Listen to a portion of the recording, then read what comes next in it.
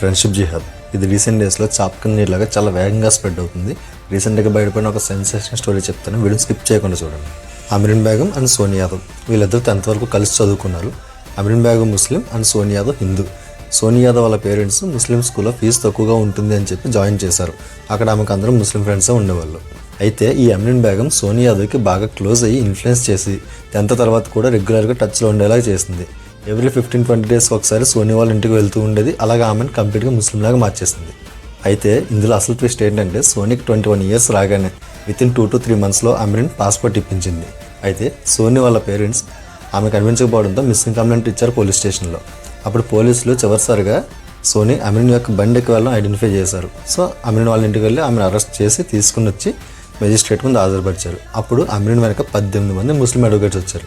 అమరీన్ వెనక 18 మంది ముస్లిం అడ్వకేట్స్ వచ్చారంటే దీని వెనక ఎంత పెద్ద కుట్ర దాగి ఉందో ఆలోచించండి. అలాగే సోనీ మీద వాళ్ళు ఎంత పెద్ద మొత్తంలో ఇన్వెస్ట్ చేసి ఉంటారో ఆలోచించండి. ఇలాంటి కేసెస్లో హిందూ అమ్మాయిల్ని అరబ్ కంట్రీస్లో ఉన్న అబ్బాయిలకి ఇచ్చి ముస్లిం పద్ధతిలో మ్యారేజ్ చేస్తారు. అక్కడికి పంపించిన తర్వాత అత్యాచారాలు, మానభంగాలు అని చెప్పి అసలు టార్చర్ మొదలవుతుంది. ఒక పక్క తెలుగు స్టేట్స్, రిమైనింగ్ స్టేట్స్లో అమ్మాయిలు మాయమైపోతున్నారు. ఇంకొక పక్క ఇలాంటి ఇన్సిడెంట్స్ అన్నీ జరుగుతూ ఉన్నాయి. సో మీరు ఎంత జాగ్రత్తగా ఉండాలో మీరే తెలుసుకోండి. సో ఈ వీడియో మీరు ఎవరికి షేర్ చేయాలో మీకు బాగా తెలుసు అనుకుంటున్నాను. వీడియో నచ్చితే లైక్ చేయండి, సబ్స్క్రైబ్ చేసుకోండి. Thank you.